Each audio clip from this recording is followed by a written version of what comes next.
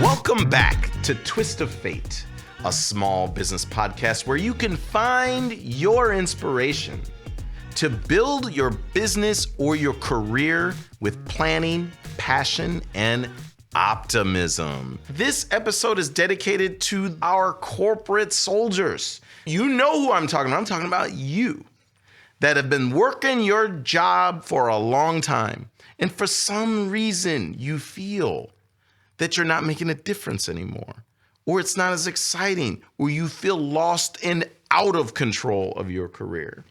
Our special guest today is a very special person that I actually met while teaching at Cal State University, Natori, who is an executive in the energy industry, and we're gonna have a long conversation of how she's taking control of her career, moving into her passion projects, and is going to be a very positive force of inspiration for women as business leaders. Natori, my friend, welcome to Twist of Fate. What's up, Doug? I'm really looking forward to this episode because this is something special for me in my career, and I would like to, for my guests, be transparent. Like, there are times earlier in my career that I did feel stagnant, or that I wasn't growing, or I didn't feel in control. And it can make you feel at times desperate, frustrated.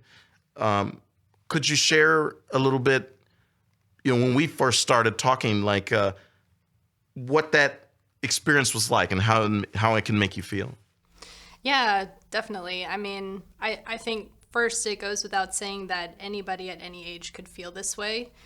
And completely normal. I've changed my career, I think 3 times before I met you. And usually that pivot came about because I need a change. I'm feeling stuck. I'm feeling frustrated, or I'm banging my head against a wall. They're not really going to meet me where I need to be met or see my value. So I'm going to move on.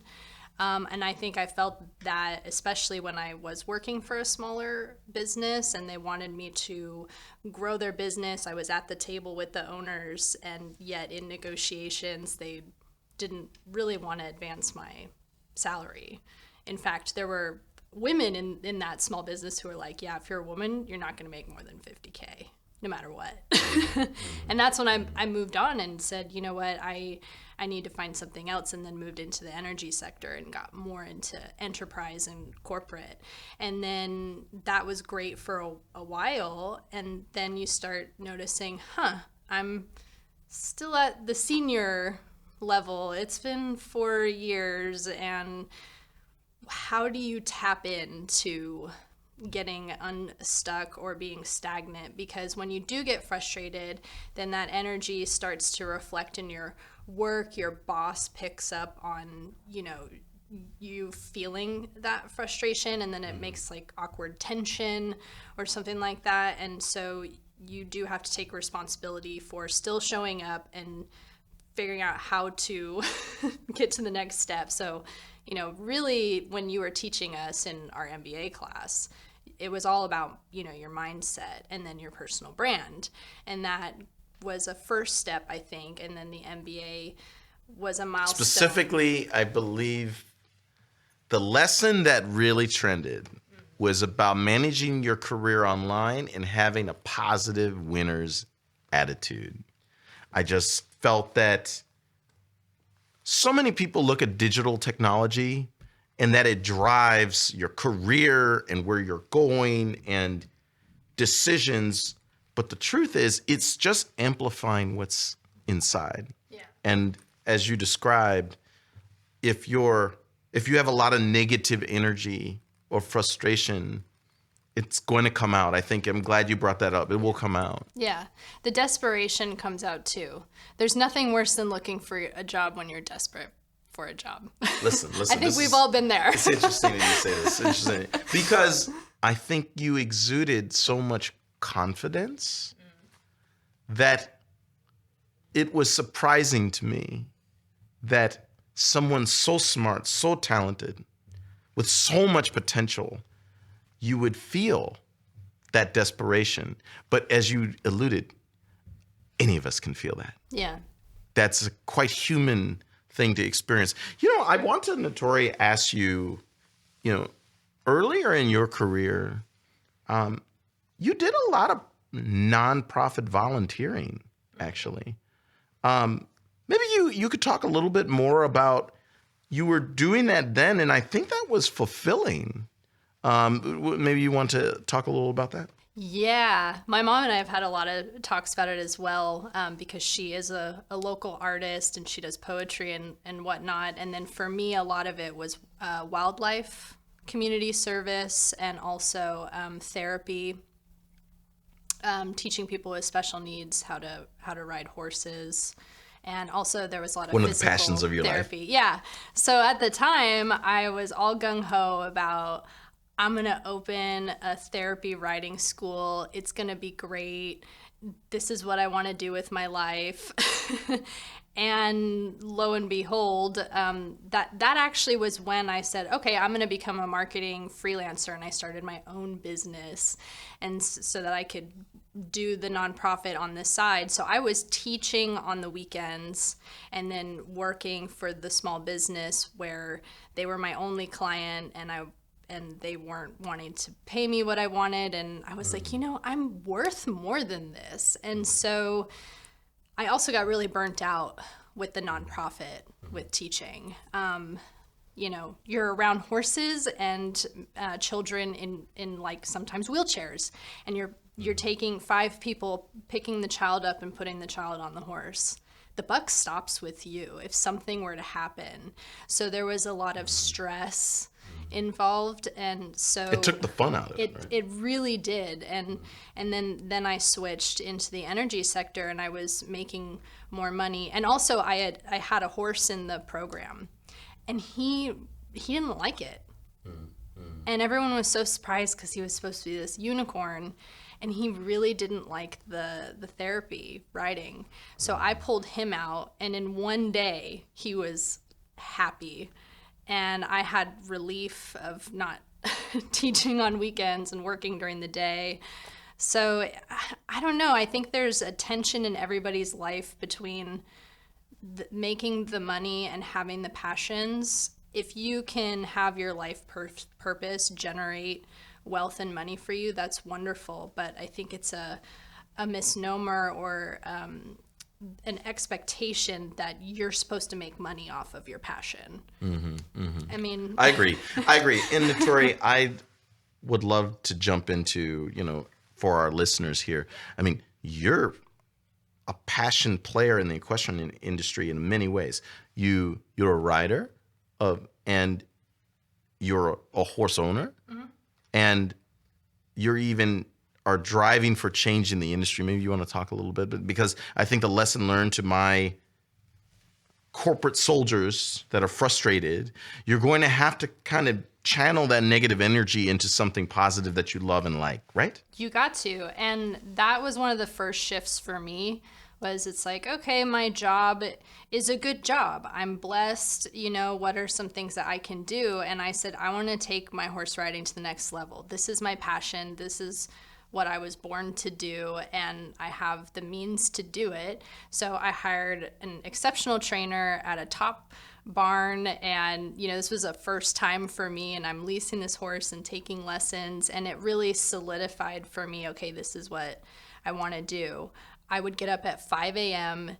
in winter and ride with this trainer, because in the energy sector we start work very early. Operations starts at like 6 a.m. for some people, depending on your job. So it's your passion when you will get up at any time to do it. And that's when you know. And so I even worked with you. We dabbled in like, okay, how might we create, an equestrian fitness app or whatever. But after we crunched the numbers with the industry sector, there didn't really seem to be the growth there. And then you taught me a valuable lesson in, well, maybe that's okay. Just because you like making the ice cream, maybe if you have an ice cream shop, it'll kill your passion, That's right. So riding the horses, but that's okay the for it to be therapeutic for your soul. Yeah, right? Absolutely. That's okay that if it makes you feel better, maybe it's not a monetary moneymaker. Right. But that intangible currency of making you feel better about your job and your life. And that's... Well, and I think it creates the growth. I have this big belief that in life you're either expanding or contracting. We want businesses to grow. We want our lives to grow. And, you know, I made a decision to stop leasing the horse at some point because I wanted to focus on finances for a little bit and save up for my high-performing horse. And lo and behold, where I ended up retiring my horse at a private equestrian barn, that woman is an amazing teacher for me, and she's allowing me to ride her horse, and she's teaching me on weekends, and it's like this gift from the universe. And so it really just, I think it's all kind of connected, where it's like, look at how great this is, and then you start feeling gratitude for something, and then the gratitude carries over into your day job, and then you get more confidence. And then instead of having scarcity mindset or tunnel vision, you start going, there's endless possibilities, and if it's not this, then it's that. Sure. So in your past, I think it would be great for you to share how your love of horses extends from a love of animals that you had a very close connection with in your time in South Africa. I did. Yeah. Yes. Oh, you see, you didn't think I knew that. So let's talk about that. So why were you in South Africa? Yeah. Well, the story begins. I graduated college, and my mom was connected to Linda Tucker. You can look her up, whitelions.org, who had a wildlife white lion conservation in South Africa. The intent is to bring the white lion back to its indigenous land in this particular region of South Africa. And I was graduating college, and I loved traveling. I mean, at that point, I'd lived in 2 other countries before. So for me, it was like, pack up that suitcase, let's get out of town. And I ended up going there for 6 weeks. And it was this wild experience that changed my life. And prior to that, life was really difficult. And actually, I shut horses out of my life prior to that, because I was like, I'm done with animals. You know, 4-H really killed it for me, I think, selling livestock for slaughter. And I just was really desensitized to a lot of it. And so when I went to South Africa, I mean, imagine... First of all, people don't understand how big lions are. They're like as big as your couch or your dining table. First, let's get that clear, because... And these are wild lions. These are wild lions. Yeah. And this is not like what you see in the zoo, you know? No. And this is our camp. We didn't have any electricity, any hot water, and our camp is within the lions' territory. And what I mean by that is the only thing separating you from the lions is a 4-foot electric fence. So we could only get in and out of our camp, you know, if we're planning to go to the office, which was in the other lion pride's territory, and the closest town is like 2 hours away. And our job was to get up every morning and go track the lions, go and find them, and then document all their behaviors and do the same thing at night, and then help out around the camp. Now, this was in 2012. Linda's really expanded since then, and I've been back many times, and she's very gracious, because this is a private operation. It's not like any tourist can go there. So, I mean, the first time a wild lion stared me in the face was just like unreal. And I think that's what gives me so much courage. And because I feel like I carry that fierceness with me. This lioness was hunting, and she just walked straight out of the bushes and just stared right into my eyes. And they're designed to find your weaknesses. So you're just completely vulnerable, lion staring you down. But there was also this respect.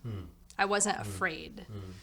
And I got to know all the prides and all the lions. And I've been back to South Africa about 4 times since. And the last time I brought my husband, And we had a very special opportunity where one of their new male lions, he came over and he laid by the truck. And when they lay by the truck, you can't go anywhere until they go. Mm-hmm.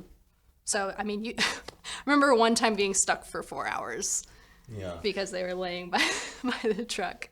I think there's some lessons for my listeners in their careers that you're pulling from this, that an experience you could have that was your twist of fate of staring a lion down her staring you down in your life leaves a lasting impression that maybe you need to tap back into that strength in times of need. It also, my second point, I think having this symbol of strength and in these organizations that become so large, you can feel like you're in a labyrinth and you're alone. But I think it's great that like this lion that you found, those are strong animals that I think I can see that carries forward in your personality, in your life, and in your career. So this is great. So, I want to transition and talk a little bit now then about you have lions as your strength, horses as your passion, right? Mm-hmm. Energy and your love of, my understanding, making our environments and our climates, as they change, we do still need reliable, safe energy, and you're working in that area. But now you're pushing beyond. So at what point did you say you wanted to go and get this MBA and accreditate? Like what caused that for you to do? Was that part of your transitions over your career? No, actually.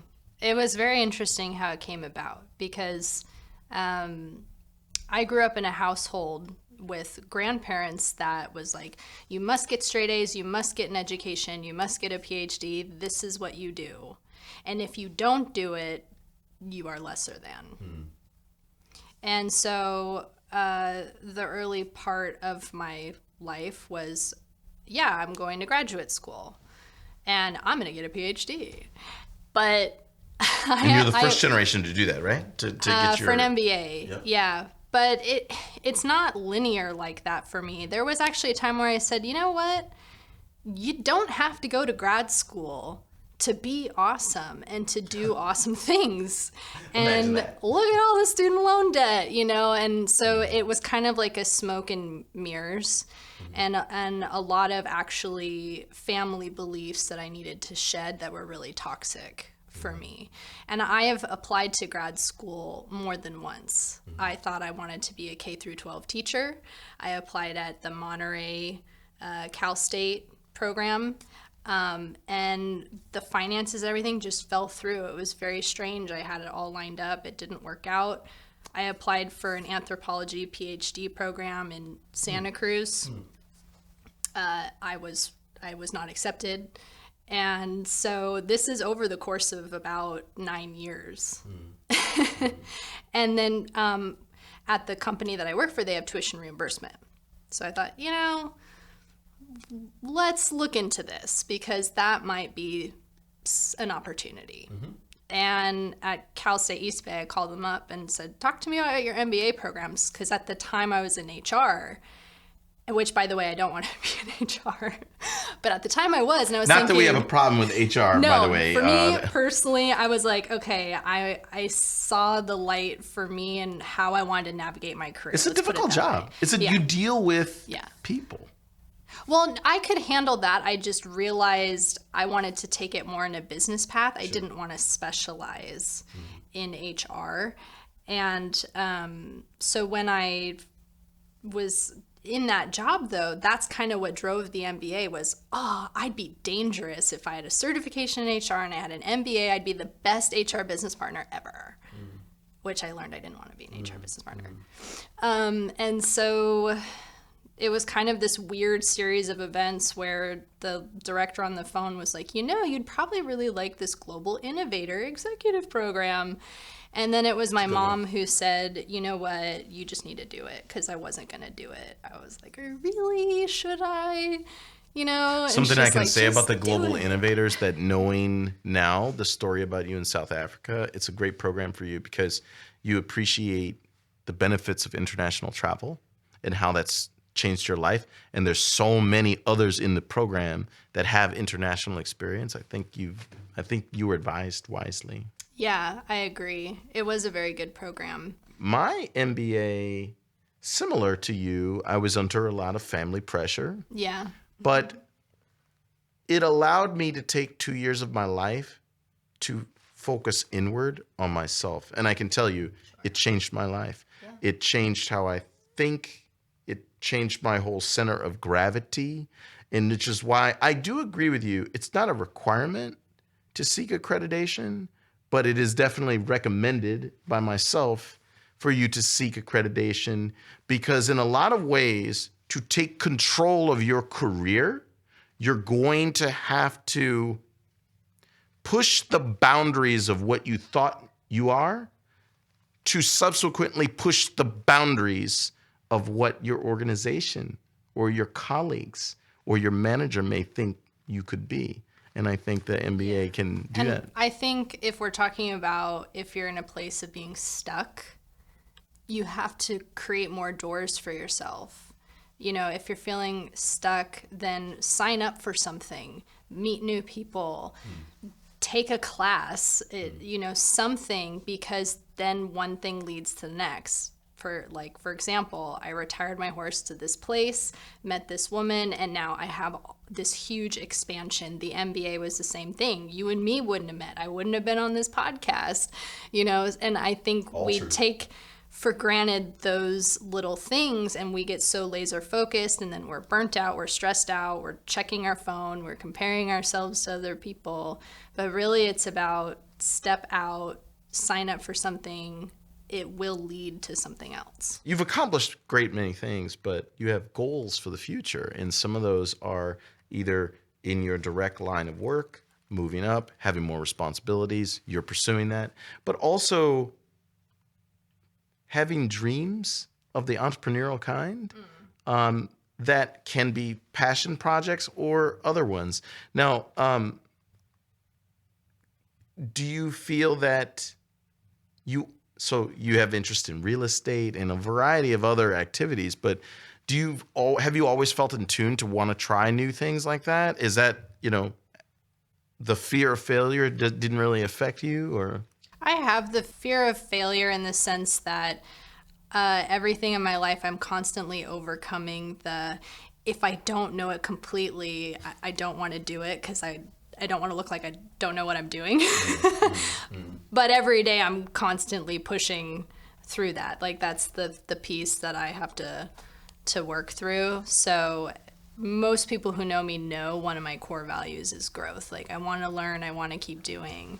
I think I have the entrepreneurial spirit, but for me, especially when working with you, the idea of what that is and what that means has changed, especially with the hustle and bustle of Silicon Valley.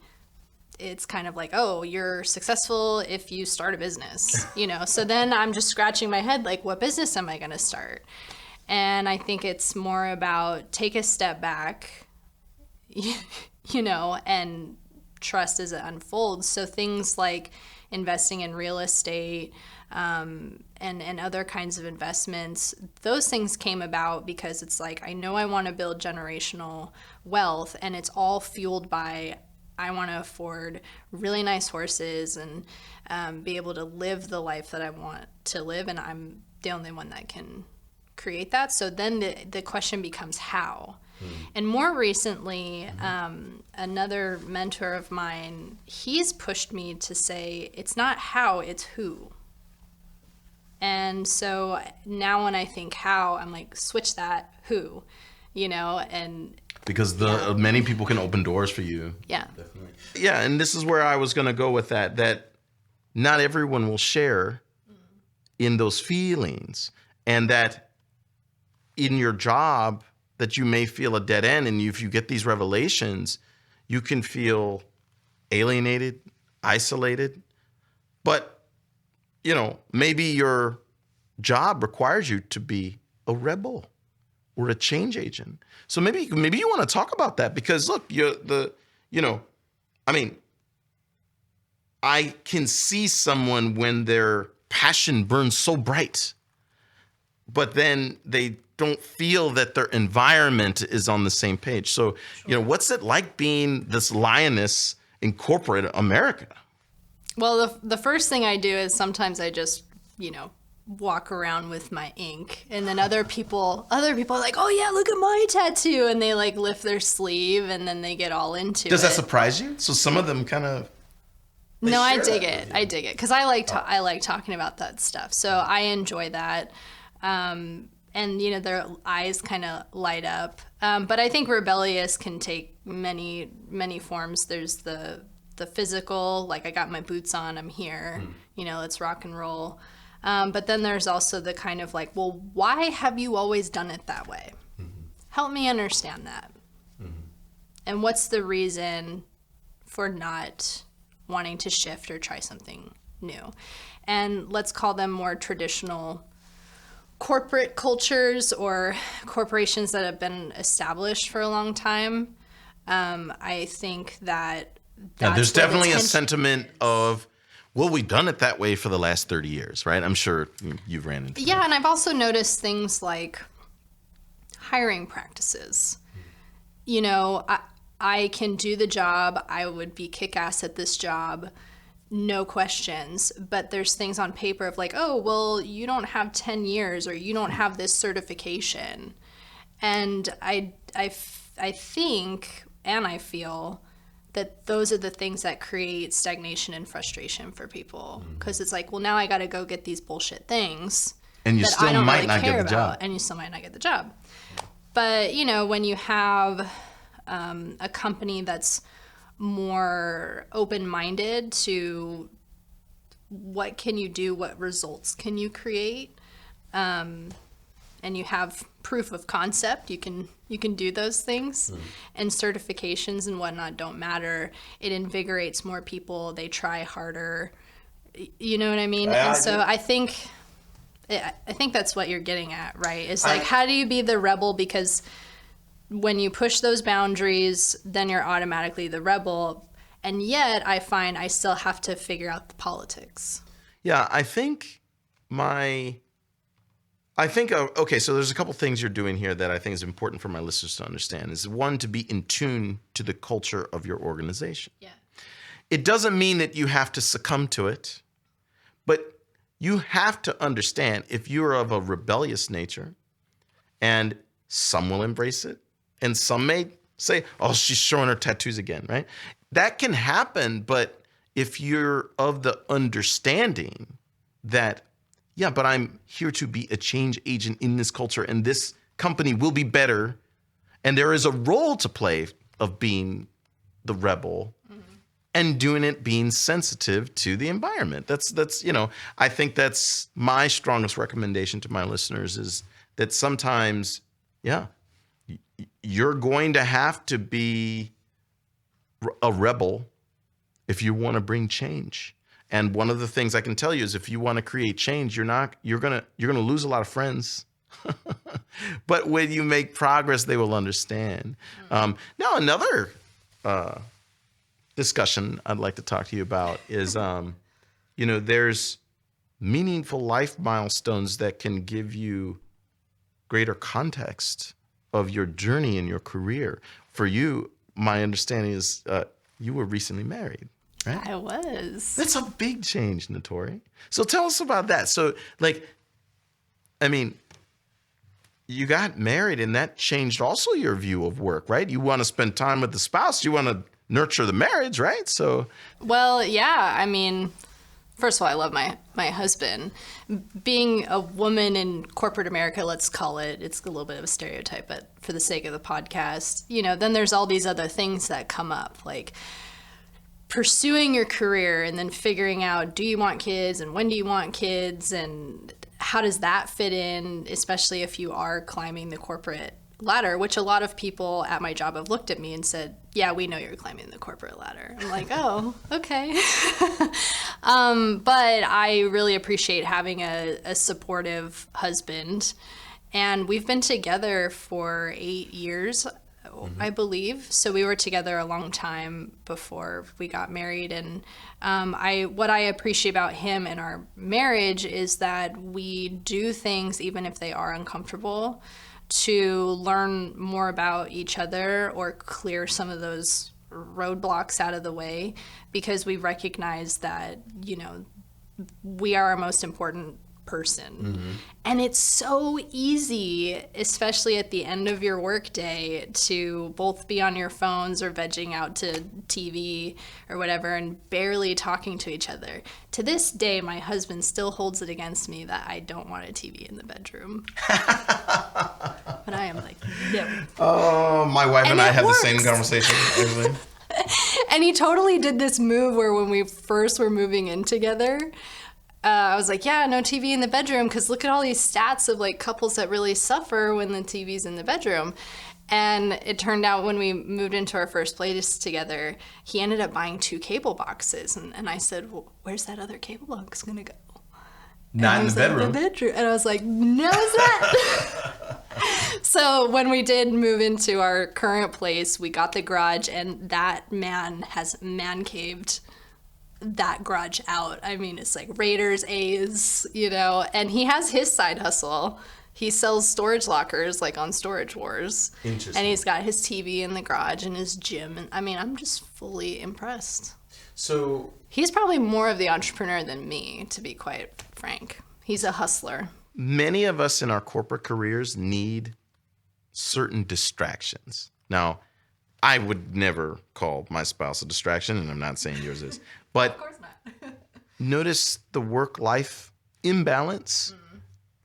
Having your spouse is forcing you to work hard at turning off that cell phone and not texting at night. And I think it's important to talk about this because I definitely feel, I sense that there's pressure on our women leaders to, even though they have to be the pinnacle of business perfection, they still have to do household chores and things that are Hire absolutely house cleaner.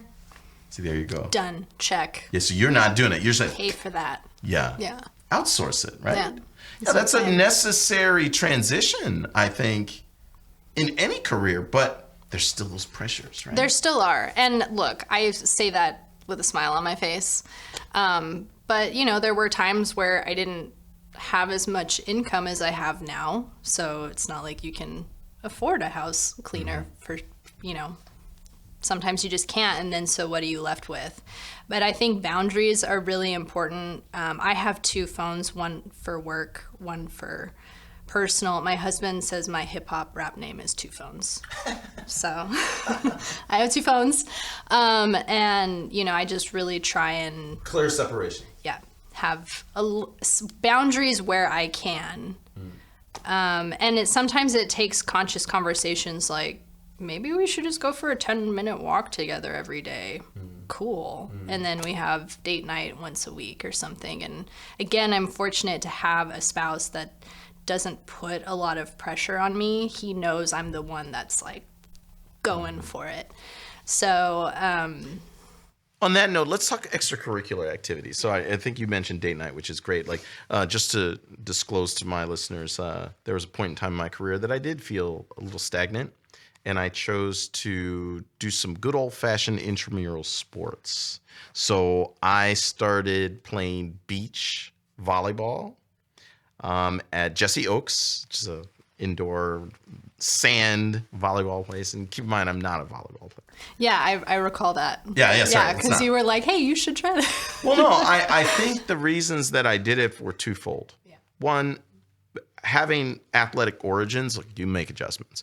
2, I actually can say it was a big source of networking where I met a lot of other intramural sports athletes that were well-positioned in corporations, and that helped me kind of get to know people. It's kind of like the smoker's break. That back in the day when everybody used to smoke, the smokers used to really know everybody, and That's right. because they That's socialize and stuff like that. So for me, that's what I was doing. I know for you, one of the things I've seen you start to do, you're now looking to find like career events or like third-party events that you can attend as a woman in business and network with other women. Maybe you want to talk about a few of those that you're looking to attend.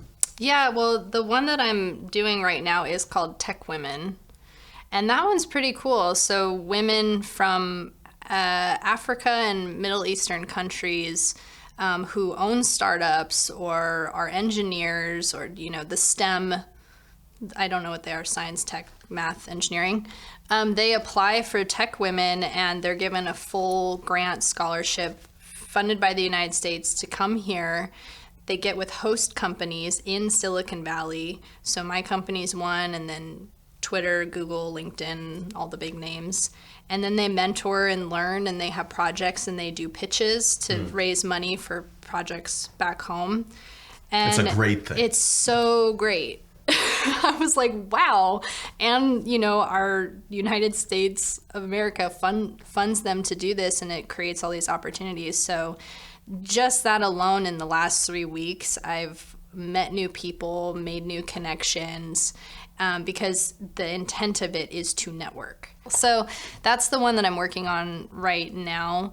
And then I need to think a little bit more about what other extracurricular activities we talked about. I know you recommended Toastmasters, and that's one that you do. So the uninitiated, Toastmasters International is a club or a group that you'll join, and through your lunch period, you'll have essentially improvisational speaking drills. So it's out to teach you how you can articulate yourself in situations that you may not have prompts, you may not have prepared, but obviously this is one, it builds a skill, a very important soft skill, which is public speaking, but two, it's the networking, because you got to remember all the people that are in corporations in your area, maybe different companies, they're getting together and they're talking and of mutual minds, and you can get a job like that in the future, right? You can take control of your career related to volleyball.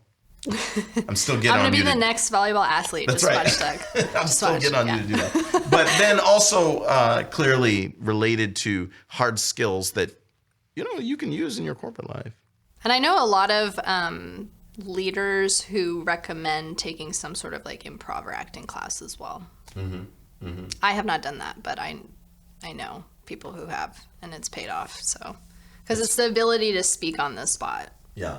Especially when someone says, well, why this, Get used to that. You're going to get that a lot. So then I think I'd like to talk more about where you're going. So in the future, I already know that I feel better that there's a bright, rebellious lioness in the energy sector that's fighting for change.